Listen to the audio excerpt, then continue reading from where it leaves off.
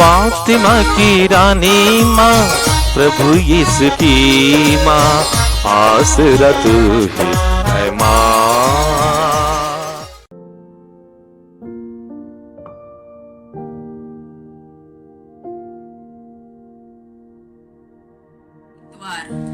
पहला पाठ गणना ग्रंथ अध्याय 11 पद संख्याएं 25 से 29 तक।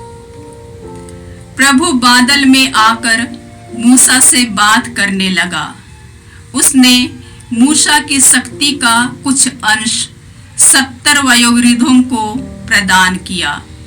इसके फलस्वरूप उन्हें एक दिव्य प्रेरणा का अनुभव हुआ और वे भविष्यवाणी करने लगे।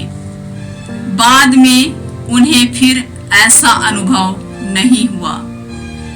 2 पुरुष शिविर में रह गए थे। एक का नाम था एल्दाद और दूसरे का मेदाद।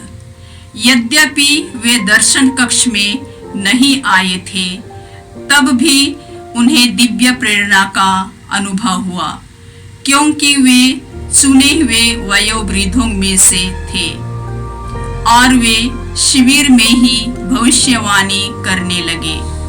एक नवयुवक दौड़कर मूसा से यह कहने आया, एल्दाद और मेदाद शिविर में भविष्यवाणी कर रहे हैं।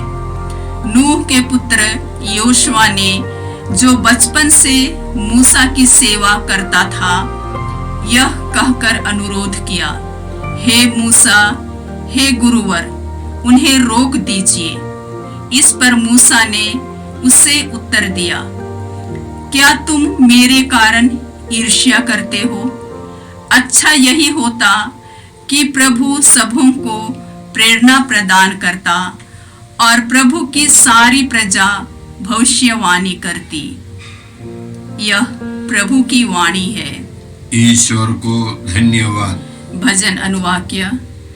प्रभु का नियम हृदय को आनंदित कर देता है। प्रभु का नियम हृदय को आनंदित कर देता है। प्रभु का नियम सर्वोत्तम है।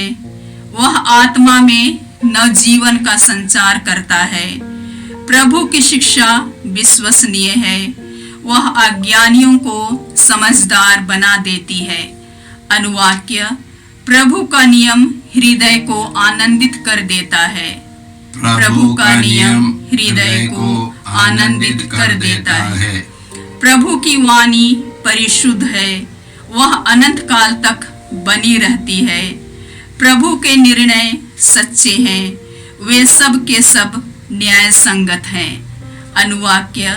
प्रभु का नियम हृदय को आनंदित कर देता है। प्रभु का नियम हृदय को आनंदित कर देता है। तेरा सेवक उन्हें हृदयंगम कर लेता है। उनके पालन से बहुत लाभ होता है।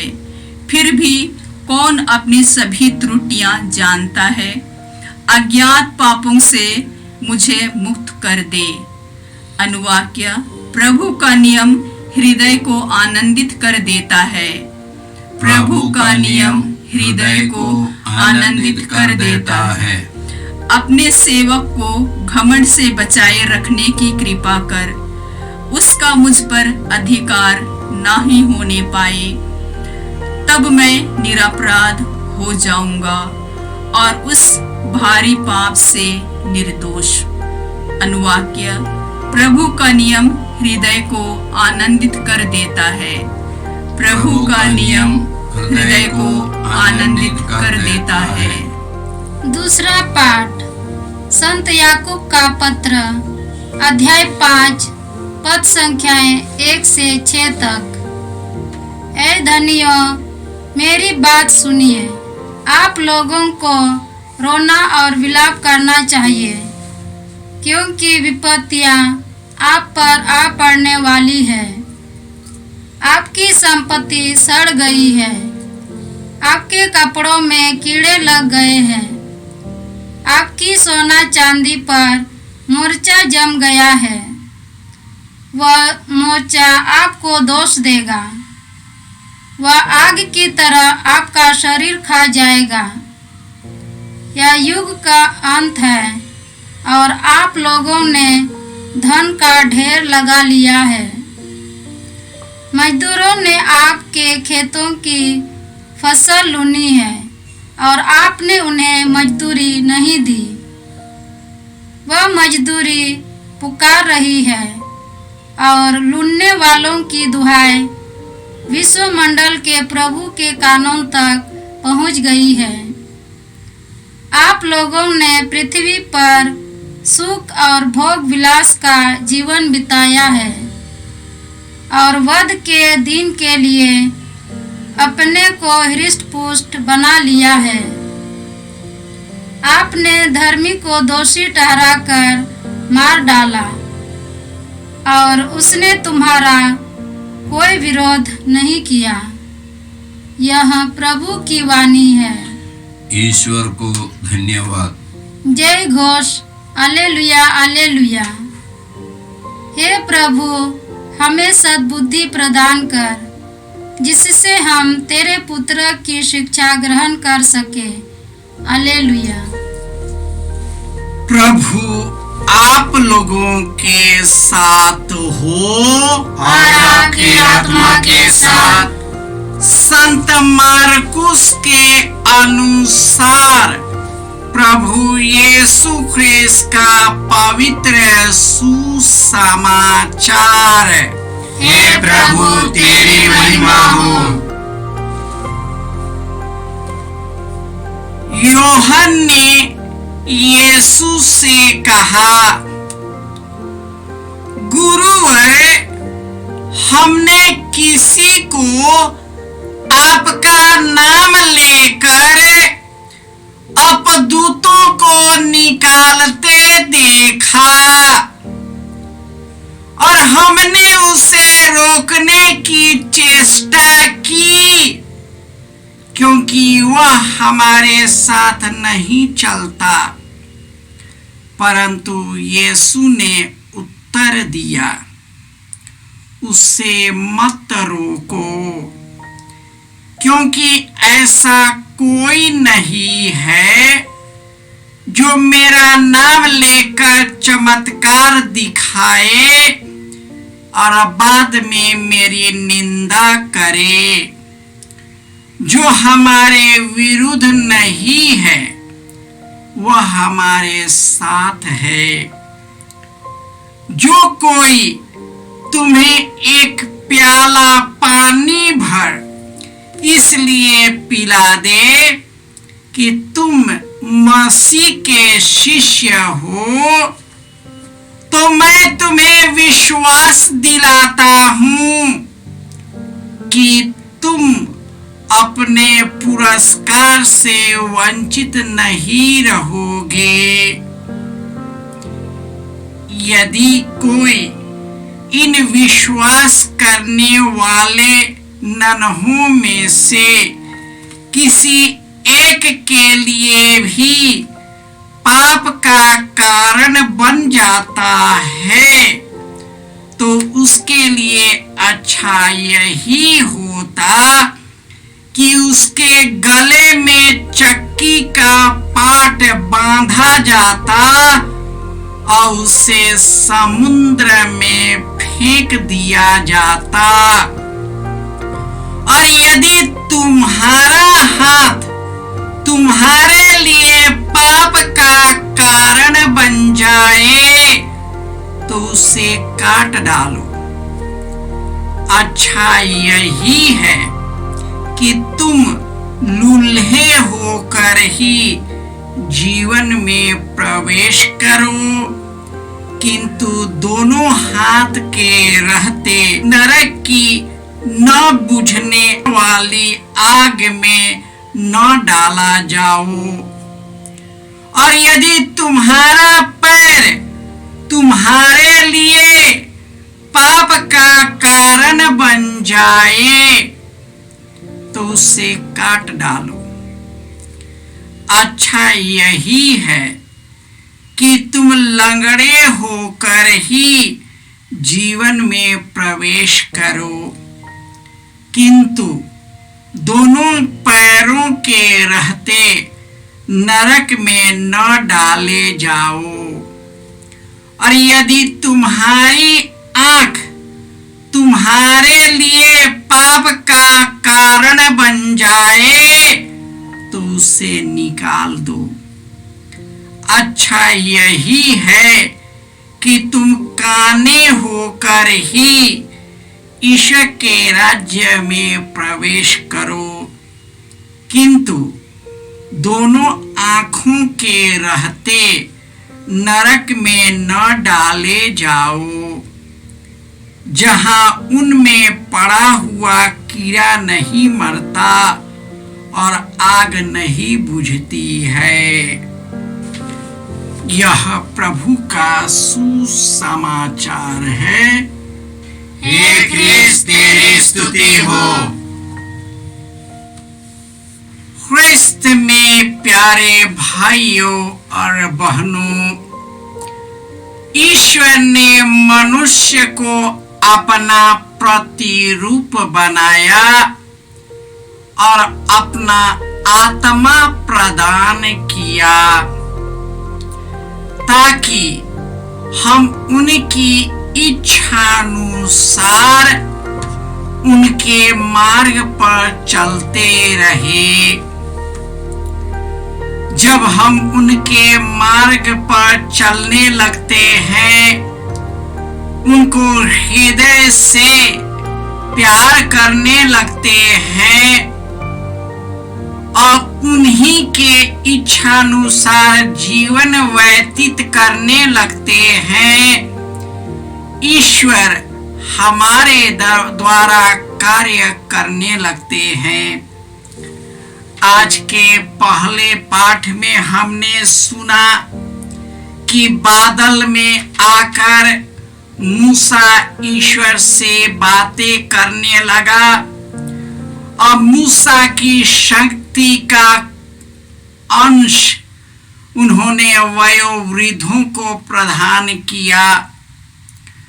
और हमने सुना कि सुसमाचार में किस प्रकार ईश्वर के द्वारा प्रभु यीशु के नाम से लोग भले चंगे हो जाते हैं।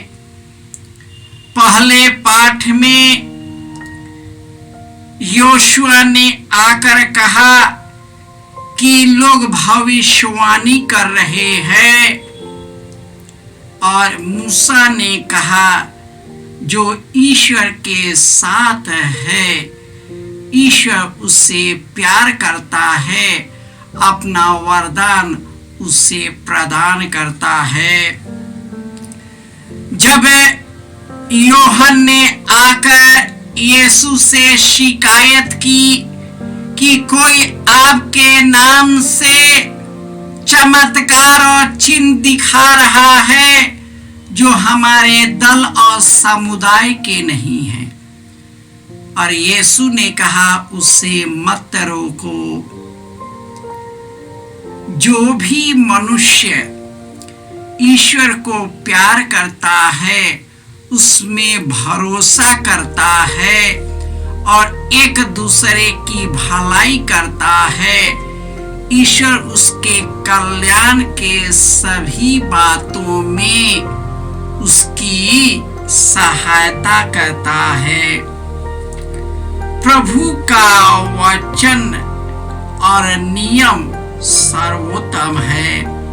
वह आत्मा में नव जीवन का संचार करता है, उसकी शिक्षा विश्वसनीय है, वह अज्ञानियों को भी समझदार बना देता है। प्रभु का वचन परिशुद्ध और अनंत काल तक बना रहता है और उसका निर्णय सच्चा है और न्याय संगत है। इस प्रकार जब ईश्वर का वचन हमारे अंदर कार्य करने लगता है, पवित्र आत्मा सक्रिय रूप से हमारे अंदर भी कार्य करने लगता है। वह वही करता है जो ईश्वर के लिए अति उत्तम है। यही कारण है कि आज भी यीशु के नाम से कई चिन्ह और चमत्कार करते हैं। कोई जरूरी नहीं कि वह हमारे समुदाय और हमारे दल के हो।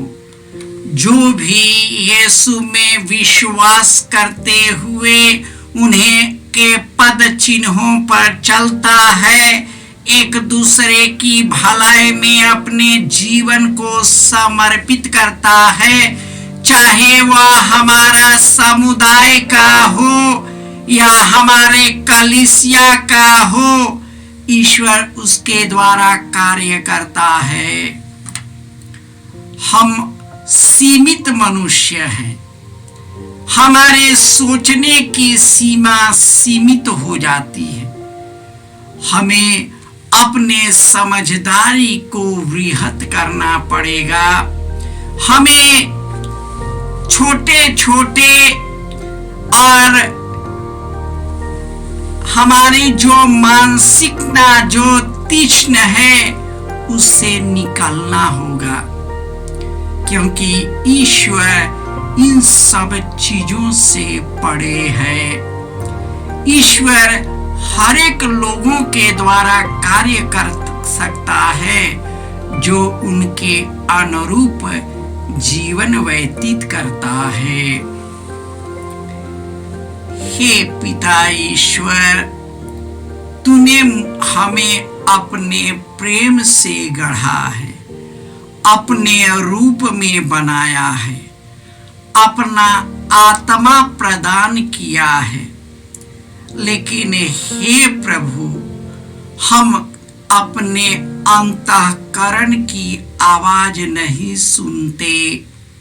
संसार से आने वाली जो आवाज है, जो संसार की सोच है, हमारे अंतर आत्मा को दूषित करता है और हमारे अंदर जो स्वार्थ की भावना है वह भी हमें दूषित करता है। हे प्रभु यीशु, तू हमें अपना आत्मा प्रदान करे ताकि हम तेरी आत्मा द्वारा संचालित होकर जो भी करे तेरी महत्तर महिमा के लिए करे। जय यीशु। जय यीशु क्रिस्त में प्रिय भाई और बहनों, प्रभु यीशु ने हमें आदेश दिया है संसार के कोने कोने में जाकर सारी सृष्टि को सुसमाचार सुनाओ। सुसमाचार सुनने के लिए और सुनाने के लिए एक अच्छा मौका है। आप कृपया इस चैनल का सब्सक्राइब करें, लाइक करें, शेयर करें, बेल आइकन दबाएं ताकि यहाँ की नई वीडियोस की सूचना आपको मिलती रहेगी। साथ साथ आप दूसरों को भी प्रेरणा दें उसका सब्सक्राइब करने के लिए। याद रखें, कल के मिसा के दैनिक पाठ और उस पर टिप्पणियाँ आज ही दोपहर के बाद हम लोग अपलोड करते हैं। कृपया आज ही उसको सुनकर कल की तैयारी करें। प्रभु यीशु आपको और आपके परिवार को 100 गुनी आशीष देंगे। जय यीशु।